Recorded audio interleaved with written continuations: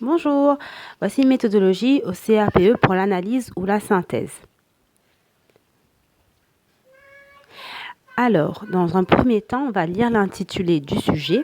Donc, ce sujet, il faut bien se l'approprier, souligner les mots importants qui pourraient nous donner des parties et il faut repérer si c'est une analyse ou bien une synthèse qui nous est demandée.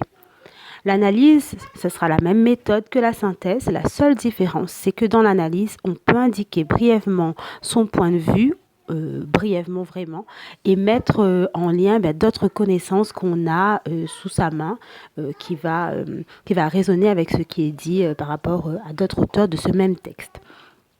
Voilà, normalement, on devrait avoir 3 parties au maximum. Donc, on va rédiger un plan rapide sous la question qu'on a écrite. Pour chaque partie, tu vas utiliser une couleur de fluo différente. La première partie, par exemple, bleu, la deuxième partie, jaune et la troisième partie, rose. Donc comme ça va te donner tes 3 fluos pour aller à la chasse des idées dans le texte. Voilà. Troisième partie, dégager les idées. Donc, sur le plan rapide qui est fluoré, les parties sont de différentes couleurs comme je t'ai dit. Maintenant, tu vas aller foncer dans le texte à la chasse des idées.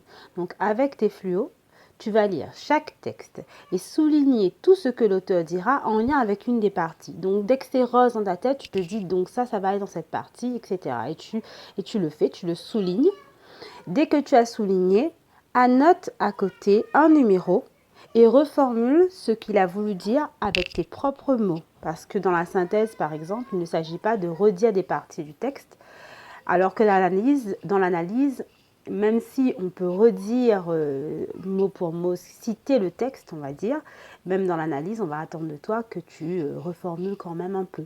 Donc voilà, pense tout de suite à le faire là, avec les exemples que je t'ai donnés. L'auteur dit, l'auteur souligne, varie.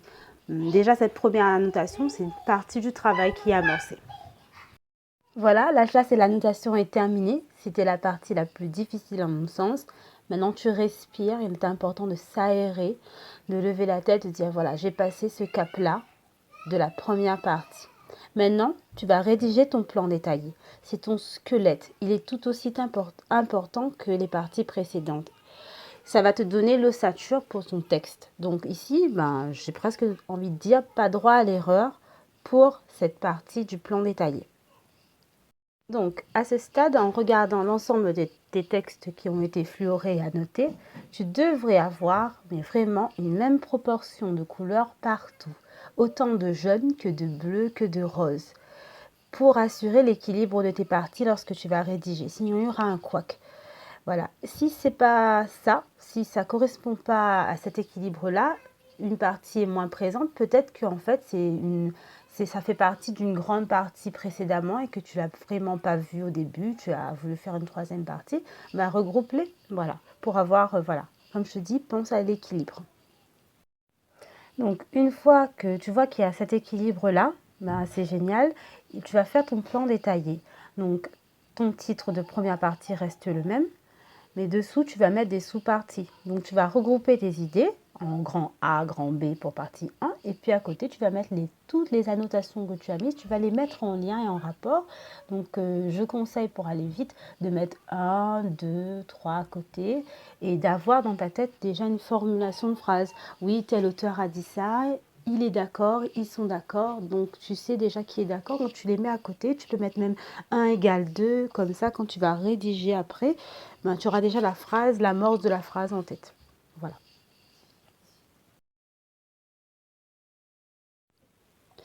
Voilà, maintenant il te reste à rédiger l'intro et la conclusion.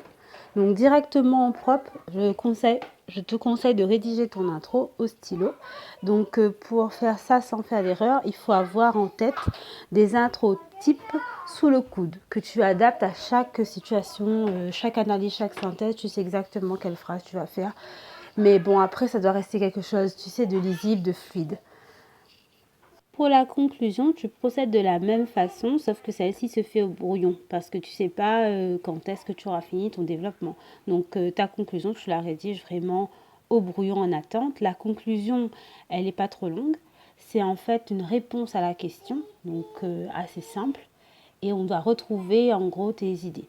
On m'a dit, mais c'est pas forcément vrai, mais imagine que c'est comme ça, qu'on lisait, les correcteurs lisent l'intro, ils regardent grosso modo ton corpus, enfin ton corpus, ton développement, et ensuite ils attaquent ta conclusion. Dans l'optique où ce serait comme ça, la conclusion c'est la dernière trace que tu laisses de toi. Donc elle doit être claire et elle doit répondre à ta question de départ et être toujours intéressante à lire. Voilà.